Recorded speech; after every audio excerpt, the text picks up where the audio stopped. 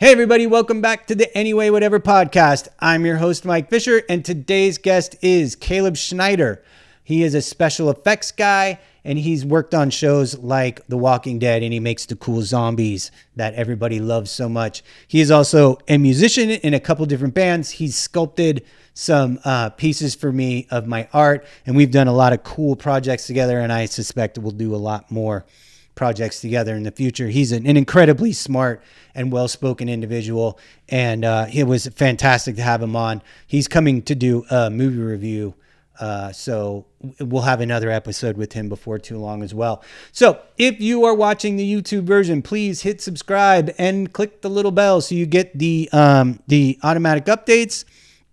Comment in the comment section, like and share the video if you think there's somebody you know who might want to hear it.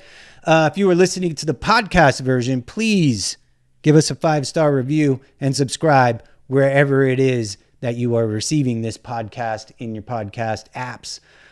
You can find us on all the social media at Anyway Whatever Podcast. And that's about all I have because I want to get you right to the episode because this is a really good one. Thanks. Enjoy.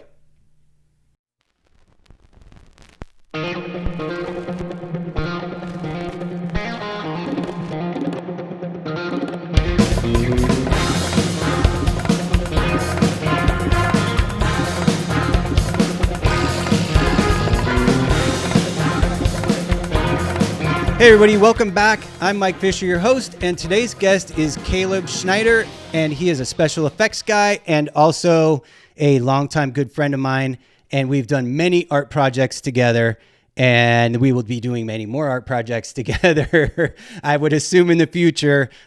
Caleb, how are you? Yes, sir. How are you? I'm doing very good. Trying to keep it together in these harsh times. Where can people find you on social media? Shout outs and plugs right up front. Sure. On social media, Badass Trip on Instagram, Badass Trip on Facebook, badasstripgrind.com on our website homepage, and fairly soon enough a Bandcamp page, but there's really nothing up there now. So. Right. One of the ways I know Caleb is through his band, Bad Acid Trip. I do album art and T-shirts and stuff for that band. So that would explain the Bad Acid Trip social media plugs. And we're actually in the middle of getting started on the artwork for their new record. So. Which is in mixing right now. It's sounding great, and Mike totally hit it out of the park last time, and we're so excited to have him back to hit this one out too. So we think it's going to be an even crazier sounding album, and we know that the visual component will certainly be there to go along with it. Yeah, you guys, the sound's a little bit different on this one, isn't it? It is. Like any band, it's like, oh, our newest one's our best one. I mean, that's kind of the goal, because who wants to go, oh, I'm going to make a shittier album than the last time? Or even admit to having done so. So, sonically speaking, the previous album I wrote on bass, music-wise, or the drums, I wrote, the songs on bass too, and then the guitar after the fact. This time around, I did it on guitar first, and then tried to come up with bass stuff after. The general writing process is either Carlos, our drummer, has a whole song prepared on drums, and then I have to put music to it, or I'll have music prepared and he'll write drums to it, which keeps things interesting and fresh for us, because you can get looped into patterns and habits, and sometimes it's like a really good challenge in the sense that there's a song in particular on this new one that he wrote on drums, and trying to make sure it doesn't become riff salad. I like to have at least 3 parts that there can be variations of, but not really much more than that. So there was a challenge with how spanning the drum parts were to try to make it not sound like a mess. Sure. And it took so long, but now it's like one of my favorite songs on the album, and probably one of the more catchier songs. So awesome, which is great. One of the things about Bad Acid Trip is that Caleb plays bass and guitar at the same time, right? Like I explain how that works for people who might not get it, because I barely get it. It's a bit of a cheat, to be honest. So I build instruments as well because We'll touch on your instrument building later on too. I want to definitely Sure. talk more about that for sure. But it ties in a little bit to the how I'm cheating basically. And basically the basses that I build are in standard tuning, so it's not super low detuned. Like the A string on my bass would be the same as like a 7-string guitar, the B string just down a whole step. So it's really not that much further down than like a low guitar. Mm-hmm. And then each pickup goes to a separate amp. And then basically the one pickup that's closer to the bridge will have a tighter sound. And then that runs through a whole separate channel of pedals. Then the other pickup, which is closer to the neck, which has more of a fuller sound, and that runs to a whole different channel of pedal. Basically, there's a guitar amp with guitar pedals that fakes a guitar sound, Right. and then the bass side, which, you know, do the math. A lot of the stuff used to be in unison anyways when we had a guitar player, so it was just kind of became a convenient workaround to not have to teach anybody a bunch of new stuff and you know, kind of keep the spirit alive. So Yeah, Badass Trip's been around for quite a long time. And how long have they been around, and how long have you been in the band? Because you're not an original member, right? that's correct. Yeah. Dirk started the band in 1989. Wow. Yeah, and he's the only original member. Carlos, Right. our drummer, he had a stint for a while, and then he left the band, and then he came back. I think it was like in 2009. Mm-hmm. And I joined in 2005, and I've been there since. So I joined initially on bass, and then when our longtime guitar player left, then to not have to replace him and have to teach somebody new stuff. And we just gotten kind of used to it just being the three of us. And instead of having to like having a whole new learning curve and lose momentum and all that kind of stuff, I'd been slowly kind of figuring out how to do that with like an ABY box at first. Sure. But eventually necessity kind of dictated to the current setup and rig that we have. So, Right. you know, it was a long road. I'm not gonna lie. It took like 5 years to get like a workable sound. And that's with like playing shows and thinking like, oh, does that sound all right? But, Sure. You know, they were patient enough and believed in where it was going enough to kind of go along with it. So I think the first time, before I even knew you guys, I think the first time I became aware of the band was on Headbangers Ball, because you guys for a while were on Serge from System of a Down's label, if I'm not mistaken. you are correct. Yeah, that was before I joined the band, and they were on a big U.S. tour with GWAR, and half the guys were on the road, and then the other half went to do Headbangers Ball, and that was Derek and our old guitar player Keith. And so they had been the longest running members in the band, so it made sense for them to kind of, you know, sell the message, as it were. Yeah, I mean, that was I think that was 2004, if I'm not mistaken. Okay. So did you? Why do I feel like I saw pictures of you doing an arena tour as well? Was that? Am I mistaken? that's true. No, you were correct. What was that tour? So it was promoting that album, but at that point, so I had worked with Dirk, the singer, in the work that we do, which is special makeup effects, and I met him in 2003. But my former roommate had brought me to one of their shows because he had worked with them before, and I saw the band play, and I was like, "Oh, this is great," because I like aggressive music, but I don't much care for like the posturing and the tough guy stuff. And Sure. to me, like having a sense of humor is good, you know, and like it can be crazy sounding without having to be like full of bravado to me. Sure. So that resonated with me, and I was like, oh, these guys are great. So I ended up working a job where I met him later. I was like, oh, I know you. I saw your band. And so we kind of hit it off because we have similar work ethics and some certainly some crossover in terms of music interests as well. So whenever they would play, I go see them anyways after that. And so then towards the later part of 2004, the touring cycle that they had done with GWAR and a few other bands leading up to the fall,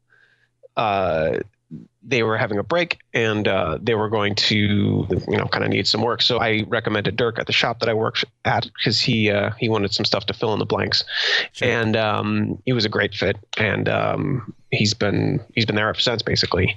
And around that time, they're having some problems with their bass player, and And I just kind of said like, hey man, if you ever thinking about like switching it up, I go, I'd love at least a chance to audition. And he's like, well, just learn the album and maybe I'll get a call, maybe you won't. Like, all right, that's fine. So I did, and then I did. I got the call a little bit later, and then around the end of that year of 2004, heading into 2005, that's when they kind of made the split, and they gave the other guys walking papers, and they're like, all right, well, you're in. So I think my first show was in January of 2005, and then that arena tour you're citing was towards the summer. So we did a U.S. tour. Half US from like Texas to Seattle to actually Idaho with a band called Mindless Self-Indulgence as kind of like a warm-up because I had never toured before. I mean, it wasn't for me, but that was my first one with them. And then after that, then it was an arena tour, which that was such a neat thing to be a part of. Sure. But it was the same album. Was was the arena tour with System of a Down? Yeah. I mean, that's the whole reason we were doing it. So System of a Down was the headliner. Mars Volta was the main support. And then Serj and Darren produced the album, and then Serj put the album out. So the first half of the tour, which is a big chunk of the U.S., we got to open. And then the second half, there was a break, and the band Hella got to do the second half. Okay. So Mars Volta was there the whole time, but the opener basically switched. So, but hey, you got to see them. Done that before. Did you get to see the Mars Volta like every night? Yeah, I mean, that doesn't suck.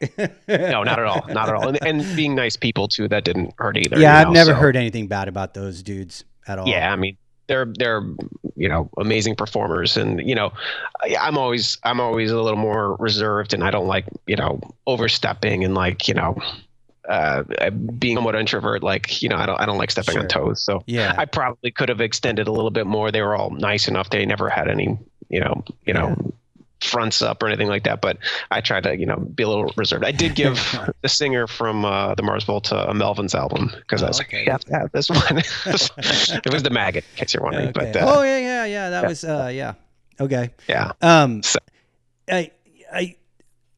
I feel what you're saying about, like, I was recording another episode for the podcast with somebody, and we were talking about, I had a chance to meet somebody who was famous, like a famous person.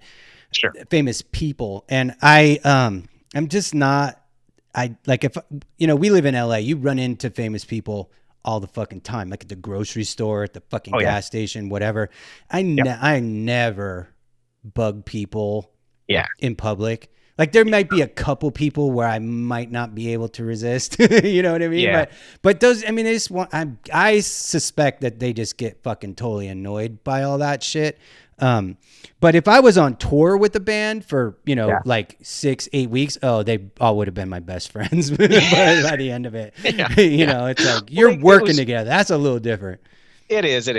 But even then within there, like, it's like, I don't want to be that like, oh, here he comes. You know what I mean? Right. Yeah. Well, I mean, I think the trick is there to just not be that guy. Pretty much. Yeah. Which I think maybe I course correct. Right. Dude, I've known you for over a decade and you are never that guy. Well, that's good. That's good. And certainly the goal. Although I will say that there was a few celebrities that I saw.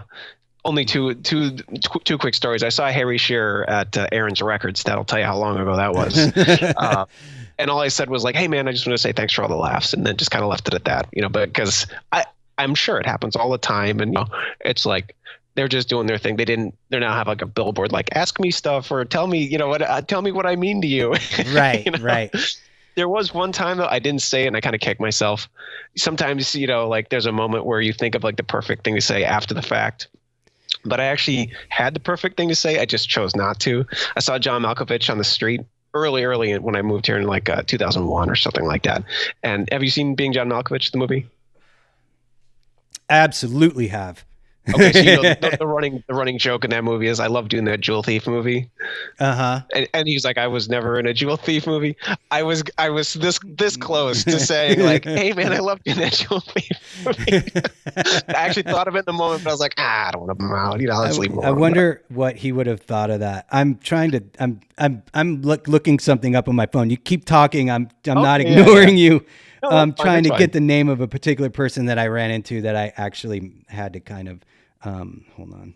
I'll tell you another one too. An old roommate of mine, we had a restaurant in Los Feliz, and I saw Tim Armstrong and somebody having a meal, and he was like a huge Rancid fan. He's like, oh, that's Tim Armstrong, man. You know, to ourselves, you know, and he was like, I have to say something. I'm like, all right, man, I got your back. It's all good, you know. So he walked over and he kept it super short and super brief. He's like, hey, man, you know, I know you're having your meal, but I just want to say that, like, you know, band means a lot to me, and you know, I just want to say thank you. Really that short. Sure. And the guy he was with was so put out. It was like, dude, come on. Like he's not asking for anything. He's not asking for or anything signed. He's just literally giving some love for about 15 seconds. Can you just chill out? You know what I mean? Like, it's done. It's already done. Tim wasn't even annoyed. It was the friend. Not at all. He was just like, oh, cool, man, thanks. You know, like it was like, what are you, somebody that we're supposed to know that you're bummed out we don't recognize? You know? Right. I mean, I've been a fan of Rancid since they began, and I actually last summer I did all of their tour shirts for. I did 2 tour shirts for the summer tour, and then I did 2 more for the fall tours. And that was definitely that in the highlight of my art design career. Those were pretty high ones. Just to know that, like, you know, those dudes were like, you know, they saw it. They greenlighted it. Not just shirts, tour shirts. You know what I mean? Like they were like, these are going to be, you know. So that was cool. And I went to Punk Rock Bowling, and when they played last year, and got to see him play and got to see my shirts, and you know, and I ended up having a shitload of merch at that I wasn't even aware. I was walking around all the booths, and I was like, oh my God, I've got stuff all over this place. And then Refused played that same year, and it was the specific reason why we went was like Hives, Refused, Rancid were playing. I was like, I don't care if I see any other bands. That's a hat trick right there. You know, and you know, anybody who knows me or listens to this show, you know how much the Refused means to me. So, right directly after that, I got a gig to do Refused shirts. So do you think it was on the strength of all your work? No, well, yeah, because it was the same merch company. So the art director that I was working with on the Rancid stuff was just like, you did such a fucking good job on this Rancid stuff. We're just going to start giving you a ton of stuff. I'd already been doing a lot of stuff for them, but that really opened the floodgates, because they're like, dude, you're just getting hits on everything you do right now. Wow. And you must have moved some serious units. They must have. Yeah.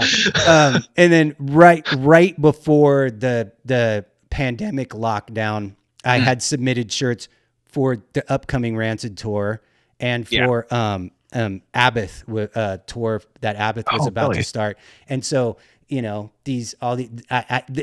everything got canceled. So I have no idea if I was going to get some more wins.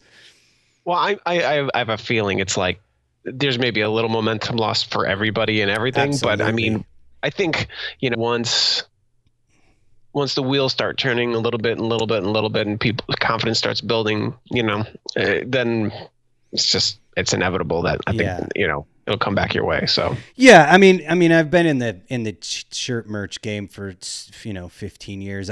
It's always there for me.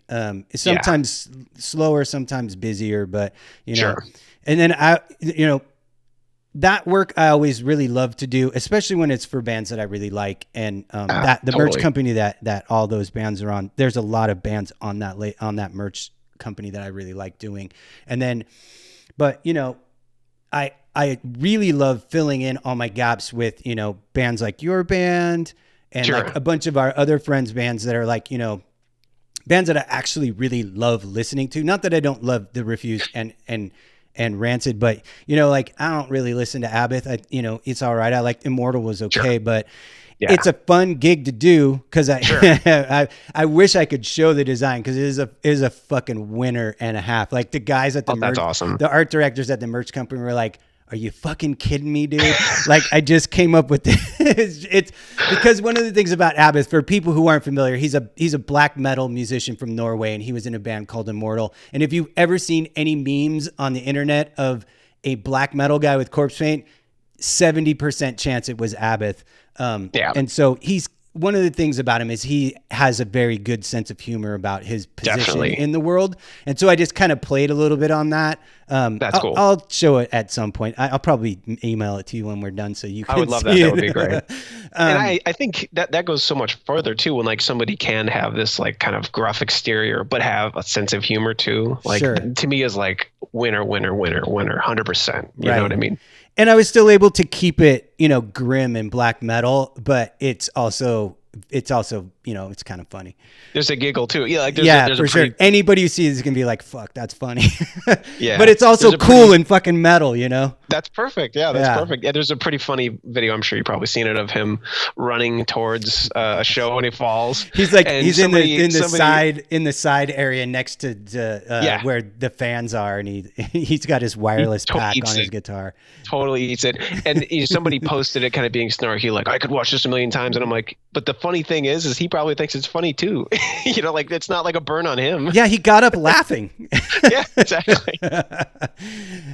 Yeah, just like the whole thing of like no touring and stuff is definitely, you know, it's cut a little bit into my productivity because I do so much of that work. This is the first, because the way my work schedule works is that the goalie mask.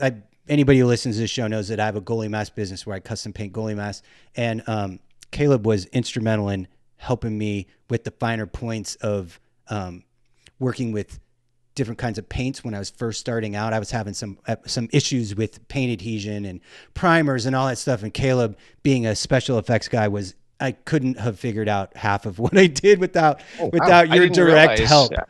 That's great, man. I mean, I certainly cracked the code. So if I had even a shred to do with that, that's great. You know? But you know, it was like the goalie mask business initially started up because I needed something to do in the summertime when hockey wasn't going on and goalies were getting their masks painted and bands were on tour. So I wasn't getting any new design work for tour shirts.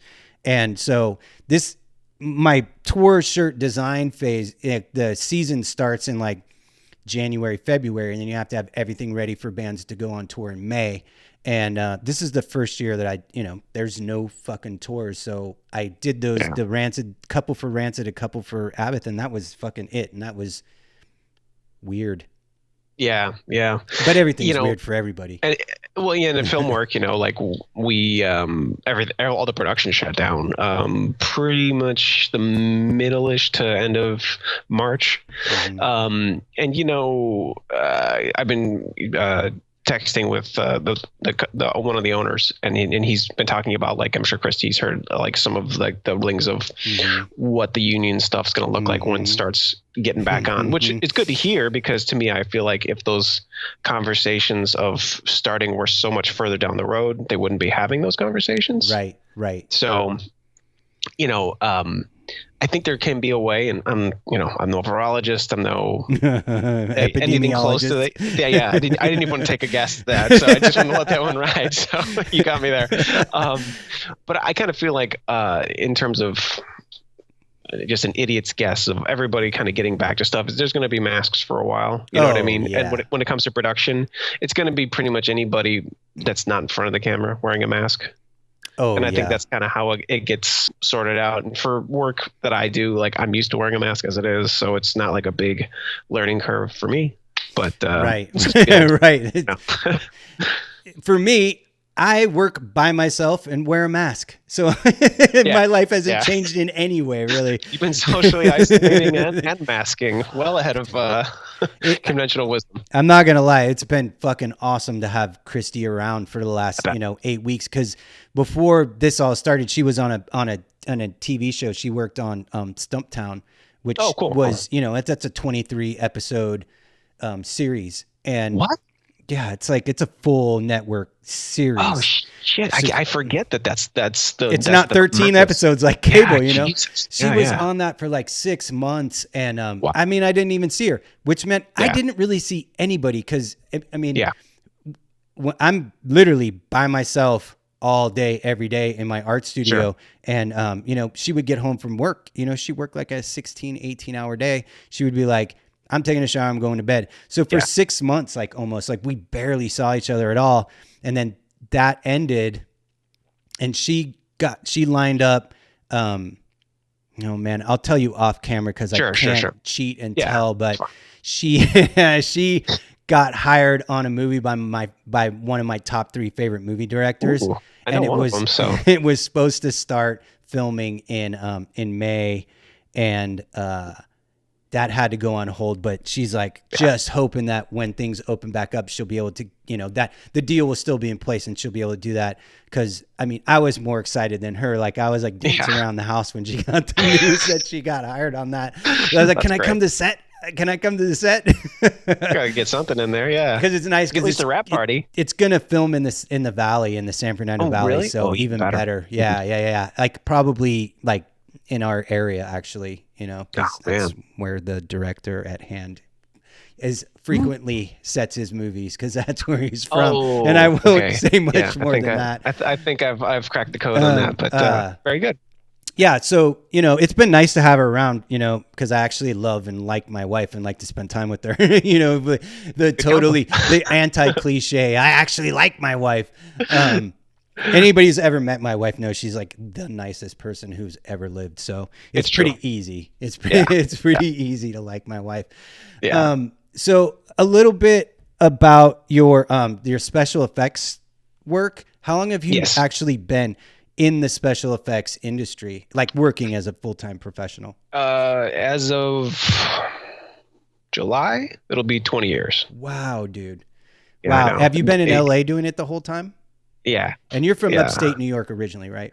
Yeah, from Rochester, and then I went to school in Pittsburgh for about 2.5 years. Okay. And but professionally speaking, I moved to Los Angeles. It was the summer of 2000, in July, and I got a job.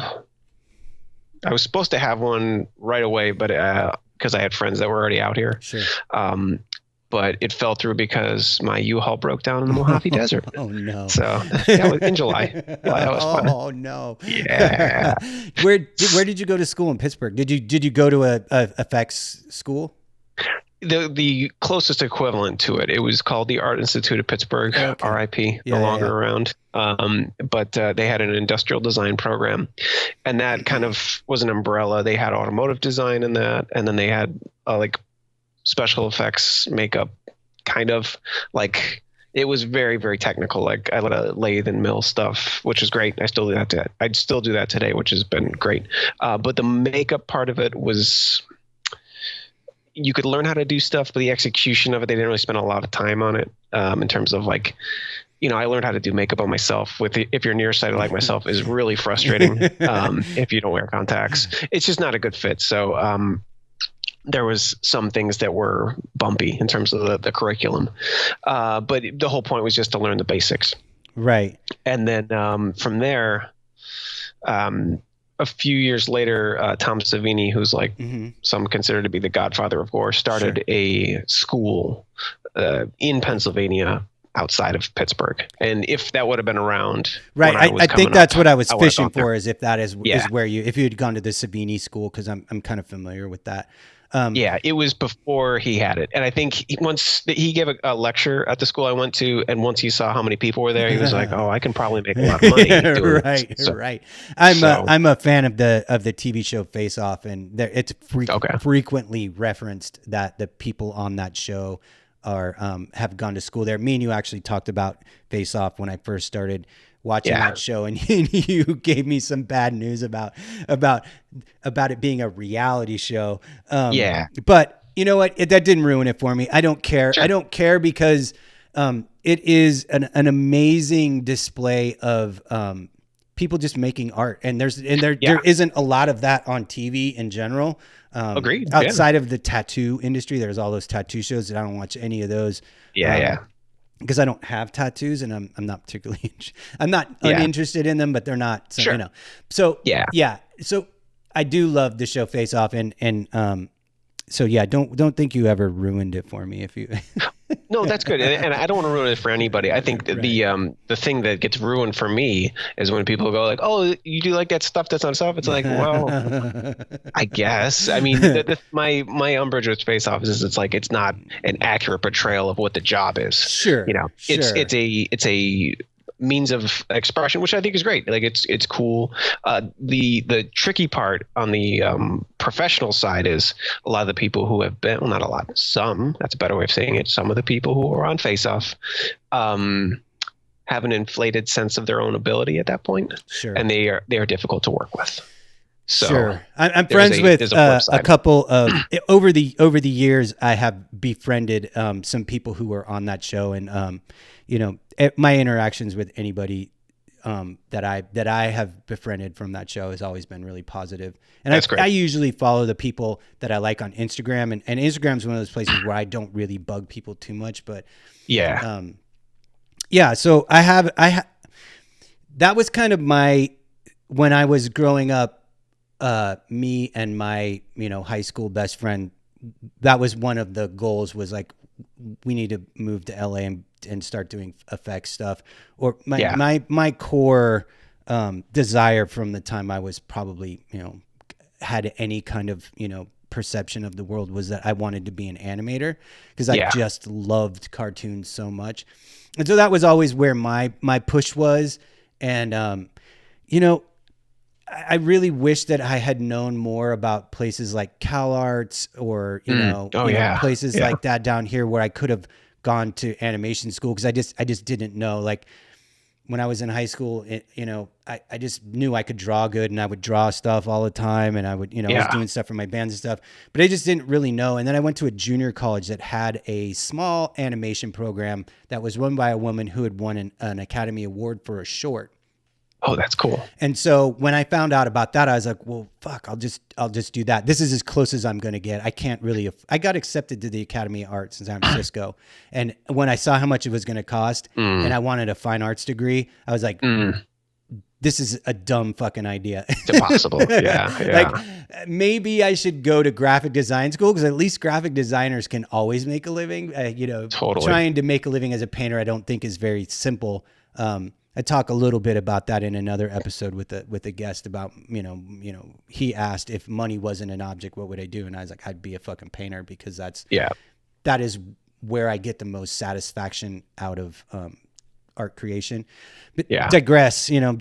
So I went to animation school, and then before I could even, get off the starting blocks, like I had a kid when I was like 19. So that was the end of that. And then, eventually everybody knows, long story, that I ended up in the video game industry as an animator and did that for 15 years. But effects was definitely one of those things where, like, me and my best friend in high school were like, we should just put all of our shit in our fucking car when we turn 18 and go down there and see if we can't fucking figure it out. Because we knew how to use airbrushes, and we knew how to do all of the things, at least on a serviceable level, that would have, who knows what would have happened.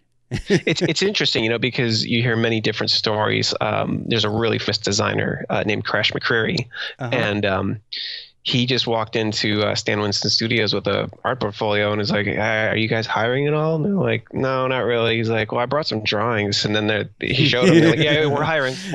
We're hiring you anyway.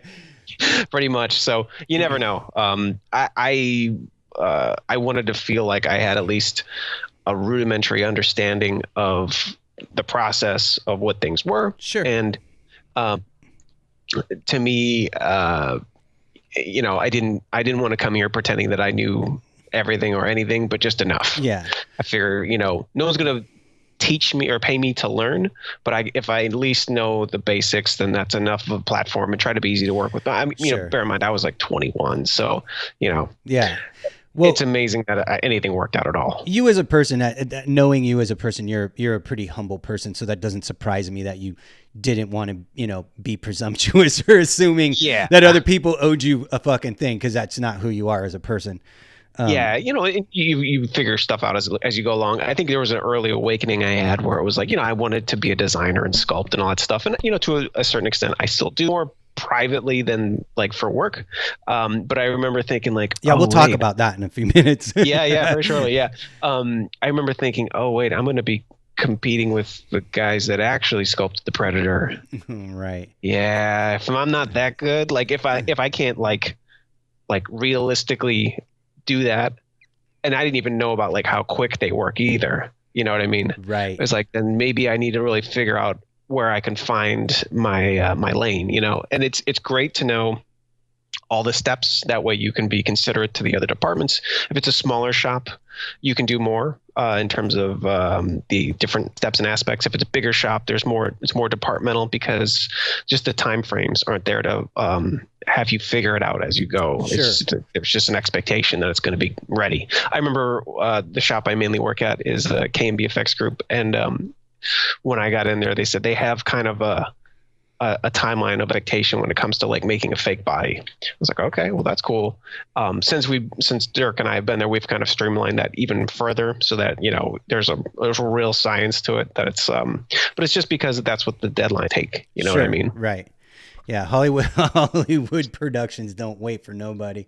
Yeah, that was the big learning curve from being a student to being a professional. Was when you're a student, the saving material and the cost of that was far exceeded anything else. But realizing professionally, that doesn't matter. Time is the king. Sure. Or, yeah, for sure. So. I mean, that's like, you know, that kind of was the same thing in the video game industry. It was like some companies you were at had the ability to let you kind of learn new skills as the productions went on, and they could move you from one place to another. Maybe you're modeling this on this project, maybe you're animating on the next, and you had a chance to learn one skill to the other. And I was really, really lucky that the first actual game I started in multimedia, and then but the first actual game company that I worked at, they were really, really good about that. And I was there for like 3 years, and I got a really broad range of skills from that. And I attributed that almost entirely to my art director there, who's a guy named James Ryman,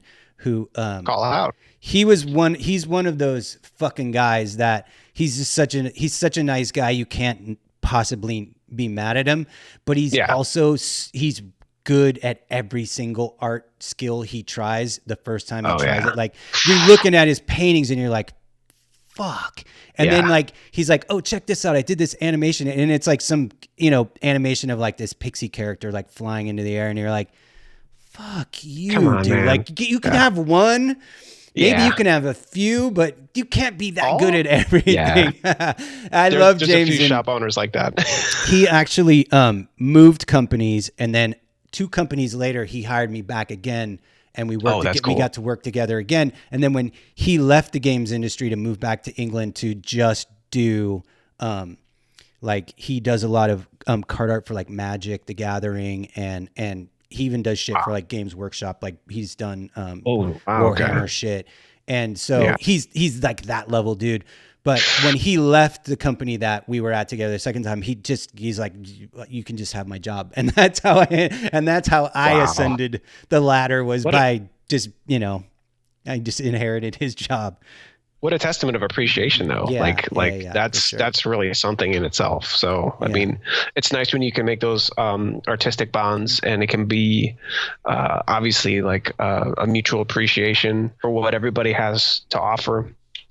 And it's even nicer when that can it's one thing to like somebody saying something and then somebody showing it. I feel like that's a thing where it's like, absolutely, this is what you show and what you say. Him saying rather, my job is yours, means that I value your artistic level at this level, and you're more than qualified to jump into these shoes and take it over, which that's awesome. Let's just not be mistaken at all that I am not anywhere near his caliber of artist in any of the required fields of expertise. But what I was really good at in the games industry is I have an over exceptional ability to troubleshoot problems. And so, like, if there's an animation rig that isn't working right, or it can't be exported right and then imported into the game engine right, if it's broken in some way, I am really good at figuring out why it's broken and how we can get it working again. That was always like, I'm an okay animator. I would say that I'm probably like 70% up the ladder of I'm by no means could I get a job on a feature film as an animator, But if you sit me in front of a production and I have a good team of artists around me, I can run that project and I can make sure everything's getting done on time. One of the things that I always prided myself on in the video game industry is all the productions I was ever involved with, whether I was creating assets or whether I was managing the art pathway, nobody on my team or myself ever delivered any asset even a day late ever. Because I learned really early on how to create a really good and smart and smooth pathway to just getting things done. And it's trying to learn how to do this podcast and video editing has served me really, really well in the last 2 weeks, because trying to figure out how to capture video properly out of Skype and the software required to do that, and how to I had to put those shoes back on big time. Yeah. And my wife was like, "You're super grumpy when you do that, but it's impressive how fucking quick you figured out these major problems that we were having." I was like, that was what I fucking do. You don't want to be around me when I have to do it, but I'll get it done. Yeah, I had a couple projects, music recording projects, and I've been dragging my feet technologically in terms of computers and recording softwares and all that kind of stuff. Our 2 albums ago, we recorded it ourselves, but that was, over 10 years ago, and that which might as well be 100 years ago. So, all right. It's funny how resistant I can be to like, I don't want to do it. I don't want to do it. I don't want to feel like a failure or whatever, or dumb or whatever. But just eventually rolling into it and being like, okay, I just have to accept that this is going to be a thing, and it's going to be bumpy and uncomfortable for a little bit. I felt a little grumpy too, certainly in certain moments, but it was a good investment. And, I think for me, the key is, and I don't know if it's the same for you or not, is like, being okay with not getting oversaturated, because I used to be really bad at taking tests. And a lot of that was like, there'd be the answer, but I was like, but that seems too easy. Like I would almost talk myself out of it. Like that, right. That can't, like, you know what I mean? It's a trick, you know what I mean? Right. And so I feel like there's a saturation point, in terms of learning when it comes to stuff that's really not my forte. There's just, even like music theory, there's a saturation point where if I try to push past it, it does nobody any good. I don't retain the information. I get angry, I get upset, and it's just not absorbing. Like a sponge is so full of moisture and then it just starts spilling out, right? Right. You just can't hold any more of it. Yeah. Exactly. So I think learning that skill of when to kind of tap out, not in failure or defeat, but in just regrouping, it has been very valuable. So right. I going back a little bit to the effects stuff, I seem to have remembered a number of years ago that that your company and you and Dirk in particular had done some work with The Walking Dead. That's correct. Yeah. KMBFX Group, we've had I should say it's Greg Nicotero and Howard Berger have done amazing work at making a company that allows people to develop their skills and work on really fun projects. And they started early, making really important connections that have maintained to this day between Sam Raimi, Robert Rodriguez, Quentin Tarantino. Wow. I'm not name dropping. These are things that they've done. Sure. You know what I mean? Yeah. But because of that, we get to work on these fun projects. Right. They did the Cut Off Ear and Reservoir Dogs, and ever since then they've done all of Tarantino's stuff. Oh, that's awesome. Did you get to work on Once Upon a Time stuff at all? Oh, I did. Yes, indeed. That's awesome. Yeah. Yep. In my time at the shop, I've worked on the Planet Terror stuff, which I guess would have been Death Proof. It was a lot. There was a lot there. Yeah. There was certainly a bunch. Yeah. I wasn't at the shop when they did Once Upon a Time. Inglourious Bastards. Oh, sorry. okay. It starts with Once Upon a Time. That's why I got confused. Didn't work on that. But I worked on Django Unchained, Hateful Eight, and Once Upon a Time in Hollywood. Wow, that's awesome. So what was the stuff you guys did for Walking Dead? We have done and we continue to do any specialty rig or gag if somebody gets bit or they get their arm chopped off or head chopped off or pulled apart, or all the zombie appliances. We do all that stuff in California and then ship it out to Georgia where they film. Wow, that's amazing. Yeah, so and then there's been Fear the Walking Dead, as you mentioned earlier, which you guys do that stuff for that too. We do that as well, and then there's another film or a show rather called A World Beyond, which is like I think it's supposed to be set even further in the future. So is that on air or is it upcoming? I've never even heard of it. Yeah, they're advertising it now. It's part of the same franchise. Yeah, I actually don't. I don't read the script, so they basically just say, okay, for Fear 508, you're doing all these guts or whatever. You know what I mean? So it's like there's usually not a lot of context, and actually watching the shows feel like a kind of pseudo deja vu because something will be a setup, and you're like, I think that. Oh yeah, and as it's happening, like I built the thing where the guy gets pulled apart or whatever. You know what I mean? That type of thing. So that's awesome. So, yeah, I mean, that just seems like, I think there's a lot of people in the world who think that would be a pretty fucking awesome job to have. Oh, yeah. I'm exceptionally grateful to continue to be part of the team. And it is a big team, so it's not like it's just on the shoulders of one person or anything, so. Right. When you and Dirk came over to talk about the album cover, Dirk mentioned that your shop is just down the street from where I live, and I had no fucking idea. Yeah. It is. Yeah, we've been there at that location for about almost 10 years now. So before that, we were in kind of the border of North Hollywood and Van Nuys, which is a little bit of a rougher neighborhood, but.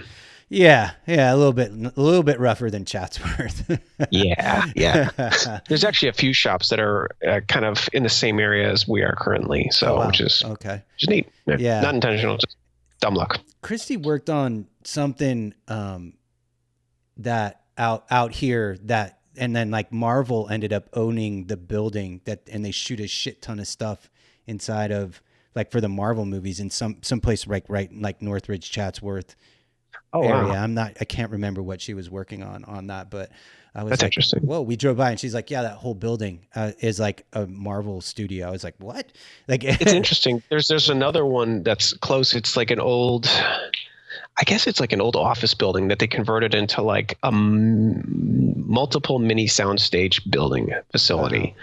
So they'll have multiple productions. Yeah, it's really smart. I'll have multiple productions going at the same time.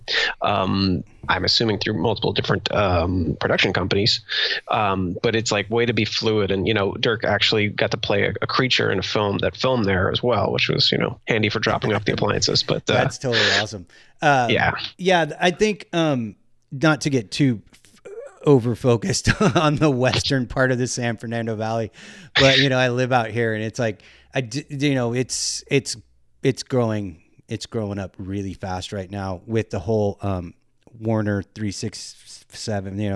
They're like rebuilding that whole Warner thing. They're trying to turn it into the downtown of the valley, and yeah, it's crazy. So I like to hear that companies are bringing that business out here as well, because that just the more it builds up, the more cool stuff there is to do out here. Because the problem with the West Valley is there's nothing to do out here. It's suburbia, and even the one punk club that was out here, the Cobalt Cafe, is gone now. So there's no place to see shows out here in the valley now. Like once in a while, they'll have something somewhere, like Sugar Mill will have something. But that was the first Bad Acid Trip show. Was at the Cobalt Cafe. Oh, wow. Nice. My first show was there. Yeah. They had obviously played. Yeah, when my kids were growing up, my youngest son was like, he got into music like really, really quick. And so it was nice. It was an all ages place. So I could take him, I could take him over there on a Friday night and we could go watch a bunch of punk rock bands play. And he could express himself that way. And I was appreciative of that, that club. And it's a bummer that it's gone, but I never thought it would happen, to be honest. I don't know. Like, I just had this like false idea that, the Cobalt will always be there, Right. But another random West Valley thing is that I'm watching the current season of Bosch, and one of the bad guy gangs hangs out at Casey's, which is 2 doors down from where the Cobalt was. I was like, Casey's, oh my God. And the funny thing me and Chrissy were laughing about is the first season of Bosch, we lived in Echo Park, and the entire show was shot in Echo Park, and then we moved out here to Canoga Park, and the season 5, I think it's season 5, is all in the Canoga Park in Chatsworth, and we're like, see, the through line that you're missing is they had to shoot in a park, be it Echo or Canoga. I guess so, right? So yeah, one of the things that has managed to benefit me in your being an effects guy and in our friendship is that Caleb, for people who are familiar with my artwork, I'll put a picture up for the YouTube viewers. I released a 3D sculpture of a piece of my art that's like a triangle. It's like the Eye of Providence, but the interior piece, rather than being a human eye, is a skull eye socket. And I had that drawing, and I kind of became known for it a little bit. And then I decided I wanted to find a way to turn that into a 3D sculpture that could be cast in resin. And I tasked Caleb with sculpting the piece for me and then building and running the pieces. And it was not just a successful venture for me. It ended up being like a really cool way to do artwork with somebody whose skills I respect anyway. And it was like the whole project was really cool. And then we ended up doing a second piece, and we're about to get started on a third piece. And I'm just trying to figure out which piece of art I want to turn into a 3D sculpture. But every single one of them I've ever released, the runs sold out like immediately. Though I did re-release it under Frank Kozik's Happy Plastics Studios, and he did a run of them. And I found when I was up in his studio last year, helping him move out of it into his new house, we found a dozen of them all boxed and ready to go. So I have a dozen of those, and I'll probably make those available for sale. But those will probably be the last 11 or 12 of those that will ever of the pyramid that will ever be done. And I don't think I'll ever run the coffin teeth. It was another one that was like a coffin with skull teeth inside of the main piece of it. And so yeah, I got to figure out what I'm going to do with the third piece. There was some talk about making it more of an action figure type of thing, but I'm not convinced that that's what I want to do. Well, when you're ready, I'll be ready too. So, and I'm grateful for it too, because as I mentioned, like with the work that we do, it's fairly departmental, which I'm grateful for. And that's excellent. You can sharpen your tools in that department because of the volume of work. But it's also nice to do other departmental stuff. And, I get to say, feel like an actual full artist in the sense of, I'm given a design that's excellent right off the bat. That's helpful. And then just trying to work out the bugs to turn something that's 2-dimensional, 3-dimensional, and then take it every step of the way. Like I don't have to ask the mold shop, if it's okay how I do it. I can design the mold myself and make it as with what the end product is going to be. I can have all those steps in mind. And then if anything goes wrong, I got no one to blame but myself. But. Right. I think the thing that I appreciated really the most about it was that your expertise in coming up with ideas in how to make it into a 3-dimensional object, because, I drew it just front on, and it never occurred to me what the back would look like of this thing that I'd created. And so having you there to be able to hit me with ideas on what we could do with that, and then how it turned out with you sculpting the bricks so that it actually looked like an Egyptian pyramid on the back half was super cool. That was like not something I saw coming, and it was really cool for me to see and go, fuck, that's rad. Like you were able to, it turned it into a collaboration. Where it was definitely, you took something that I had made, and you made at least 50% of it ended up being you. And it was like, the whole thing was better for it. I mean, and that's a testament to you being open to ideas as well, because ultimately any thought I had, I wanted to make sure it was authentic and in the same direction. Otherwise, like I could make my own sculpture, but that's not the point here. Like the point is to capture directly the visual forefront is, and then make sure that it's interesting from any other direction. Sure. So, but having your input kept it so that it didn't go off the rails and, get silly. Yeah, that was a really cool, fun. Both of those projects are fun. And I'm looking forward to starting the third one. Me too. We go back. I'm going to go back a little bit. And what I was looking up on my phone when we were talking about. I'm glad you circled back to it. Bothering famous people in real life. One time, and it actually is a little bit odd that you mentioned Tim Armstrong in that conversation, and the person I was looking up was Curtis Armstrong from Revenge of the Nerds and Better Off Dead and Moonlighting and all of those things. And was this at the grocery store one day, and he was in line in front of me, and me and Christy, and I did the thing. I turned around and looked at her, and I was like, yeah. And she's like, yeah. What? Yeah. And I was like. And I turned around, I was like, and I just gave him the acknowledgement, like, hey, I know who you are. I'm not going to fucking jam you up, but hey, you know, and he was, he smiled and he was like, oh, hey. And I was like, dude, I'm such a huge fan. Like Better Off Dead is my second favorite movie Fast Times at Ridgemont High is my favorite 80s comedy movie. Yeah. But, his character in Better Off Dead is so amazingly fucking hilarious. And, everybody knows him from Revenge of the Nerds, where he was also really good. And so it was like, I had that little moment of like, you know what, I feel like he allowed me to cross over into his space a little bit to like acknowledge the situation. And so I didn't feel like I was invading his privacy. And that's nice. That ended up working out really good. And I ran into Ice-T one time. When I first moved out here, and he instigated conversation with me. So that ended up being pretty cool. We were at the Hollywood Toy and Costume Factory on Hollywood Boulevard. I was just in there buying Halloween shit for my kids when they were little. And I was standing there just looking at everything. And some guy came up and stood next to me. And, it was just a presence there. And then you can feel the eyes on you. Not even that, just someone was near me doing something and I didn't bother to turn and look. And he's like, and the guy's like, man, like all this just for like one day of the year. Yeah. And I turned to look and it's fucking Ice-T.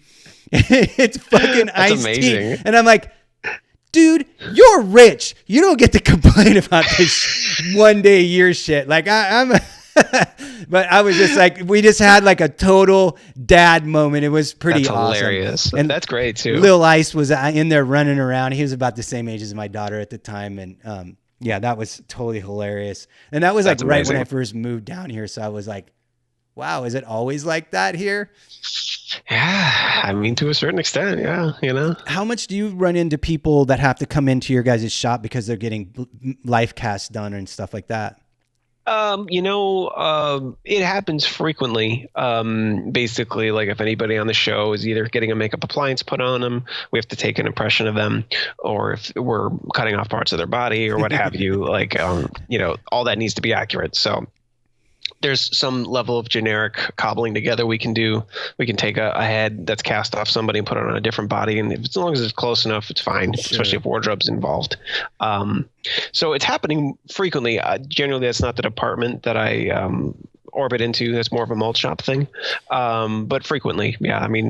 As if we have active projects going, probably a few times a week. Wow. Yeah. What is your kind of core discipline at the place where you're at?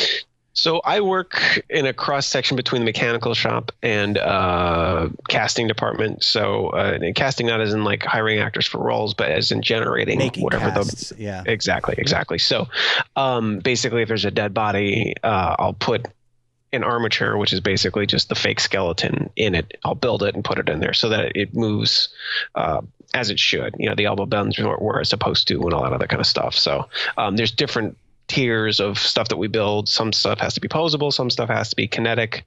So it all depends on what the project is, and that'll dictate what the material we use is as well. So I remember when we were working on one of the sculptures, you had just finished working on like making like either was a dolphin or a sea turtle for a dolphin story or something. Probably both. Yeah. You built, like you were explaining to me how you had to build like all of the things that made them move like a realistic turtle and dolphin. I thought that was fucking cool. And like, I had one of those moments where I was like, I should have tried to get into effects. It just seemed like such a neat thing to do, Yeah. It's changed over the years too, when I started, and this is in 2000, everyone was like, "Oh man, you're too late. You already missed it." it's already over. I'm like, okay, well, as long as there's work to be done, I'm going to do it. You know what I mean? Yeah, right. And to their point, like a lot of the bigger mechanical builds, sure, a lot of that stuff went away. I think I moved out right You around just the went time to CG, right? Yeah, a lot of it. Like I moved out right when Jurassic Park 3. I think they just finished the build for it, and even then, like the first build for Jurassic Park was a year and a half, if you can believe that. For the first movie. Yeah, they've spent a year and a half building stuff, which is crazy to think. That's now long. Jeez, it is long. Most films these days, you're lucky if you get 3 months. Wow. So because they can make dinosaurs in the computer.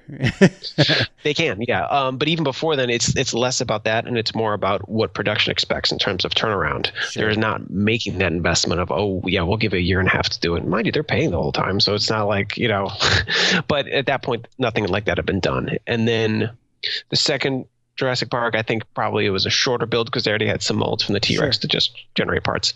And then the third one is even shorter because, again, all they had to do was build the one that was new. But even then, those were hydraulic.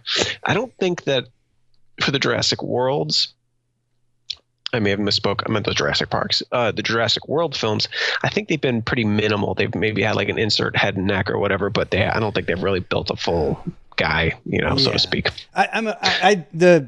The first 2 Jurassic Park films I like a lot.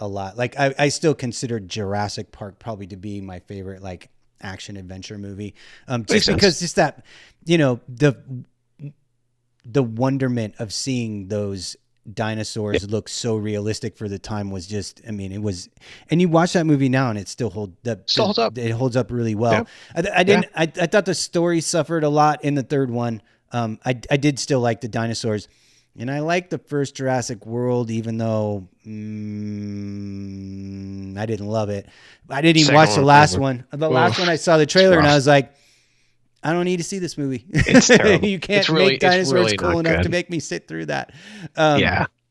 But I do, actually, I like the people that they have. I like Chris Pratt and I like, Jessica Chastain. And wait, is that Chastain or is that? It's Dallas Bryce Howard. Dallas Bryce Howard. Right. I always get the two of them confused. They have a similar look, which I think is kind of fair. They do look very similar.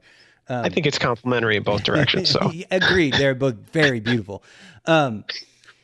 Yeah, so I don't know. Maybe I'm off the boat on those, but I'll always go back to those first 3.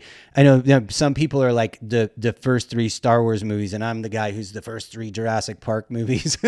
Gotcha. Yeah, I think the second Jurassic World, you're fine for not seeing it. There is a short though that they made recently. Is kind of a warm up for the next Jurassic World. That is actually better than both Jurassic World films. I think it's called like the Battle of Hyde Park or something like that. But it's basically it takes place at the second one where basically the dinosaurs are everywhere, and like people. It's an allegory for the fucking coronavirus. Actually, it's funny. I didn't think of that, but it kind of is because like a family goes to like Yellowstone or something like that, and then I'll just leave it at things happen. But it's like 7 minutes, but it is more the tone of the first 3 films that you enjoy. I'm gonna look for that. What's it called? I think it's like the Battle of Hyde Park or something like that. It won't take you that far it won't take you that long to find it. And then make sure you watch the credits because as the credits are rolling, there's little vignettes of other dinosaur things happening around the world. That sounds awesome. Yeah, I'm gonna look that up for sure. I would be surprised if you didn't enjoy it. So yeah. I think we covered all the ground. Did we cover all the ground we wanted to cover? I think so, pretty much. We got our work together. I think you wanted to talk a little bit about building guitars. We pretty much covered it just in the sense that like it was mainly out of something to do on my lunch breaks because I have a full machine shop, and there was So how long does it take to eat lunch? For me, about 5 minutes, and I'm looking at the other end of 55 minutes. What am I going to do? So right.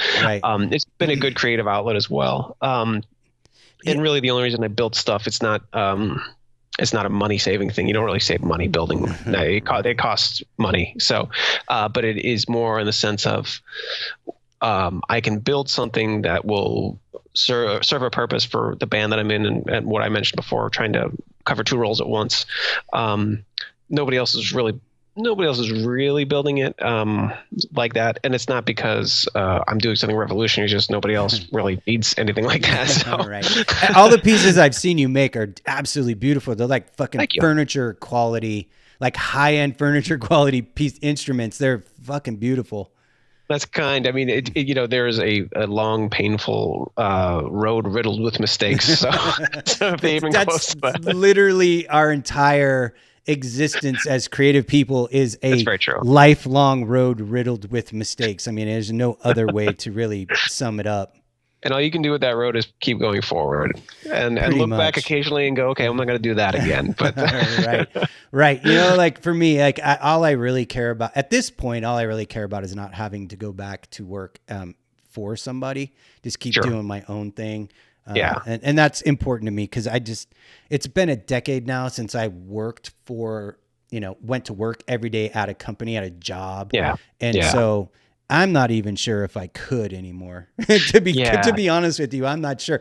And one of the things I noticed, and I kind of touched on a little bit with when I was problem solving for this project, is that I'm just a way better, nicer person as a human being. Since I stopped having to go to a job every day, because the video game industry provided me with a very nice life to raise my children. And then once they were all adult, they got hit 18 or were all, more or less done. I was able to, be able to quit doing that and start doing my own thing. And it's great. Within like a year or so, like just the difference in who I am as a person is remarkable. I just don't know if I could go back to doing that. I mean, I guess I could if it was a specific project that I really wanted to work on or something. But I worked on a toy car project at the end of this last year, and there was some talk of offering me a full-time position around that, and I contemplated it, and then the COVID-19 thing happened, and obviously it kind of disappeared with that, but we'll see what happens when the world comes back online. Cause, toy cars are definitely one of my passions in life, and being able to work on that has been a fucking total bucket list gig for sure. I'm hoping I can parlay it into some other, toy car lines. Cause there's, everybody always just thinks of Hot Wheels, and there's, dozens of different die-cast toy car lines, and I would love to do more work in that area. I imagine that the gratification is quicker because it's not like working on a full-size car where it takes so much longer and and so forth and so on. But it's probably, it's just me guessing, like more gratifying in the sense that you can see something through quicker and which is great. You know what I mean? Yeah. It just means you got more outlets to do things, which I'm sure can be satisfying. That is my problem, is that I have the attention span of a mosquito, and I always want to be working on. So it's like, like I got the goalie mask business. I have the illustration business. I have, I work for a card game company. I've been working on these toy cars, now I'm doing this podcast, and I bounce from thing to thing throughout a day. Like people would fucking lose their mind if they could see how many different things I work on in a day. And it's funny because, I also have a pretty significant online presence on social media, and people are like, don't you ever work? And then my answer is always, don't you see how much fucking work I post all the time? Like I constantly post work that I'm doing. Yeah. And so this year was frustrating because I worked on two different projects that I could not show the work I was doing. One of those projects I can never, ever show the work. And the other one is this toy car thing. And I can't really show anything until the line releases. I can talk about it now. Sure. Well, that's good. But, they're going to be ready in the fall for Christmas. And I think, I was talking to somebody at the card game company that I work for. We do a game called What the Fruck, or that's right. Fruck, I should say. How can I not even remember the name of the own fucking game I'm working on? We're working on another different. It's more of a board game, card game. Can't get too much into that. But we were discussing in the last couple weeks during this lockdown, and they're like, gifts under $20 are going to rule the day for this coming up holiday. So they're like, we need to get stuff done because we need to be able to hit that shit really hard. We gotta be ready. Yeah. You know, I'll have a bunch of under $20 gifts for people to buy and show up in kids' stockings, and every single thing will be better than something that costs thousands of dollars, because they're all really cool, fun things that I'm very, very, very fortunate to get to work with the guys at the game company that I work for, and also for the toy cars. It's really cool. Like last Christmas, last year we had the card game out, and it did really well, and it was really fun.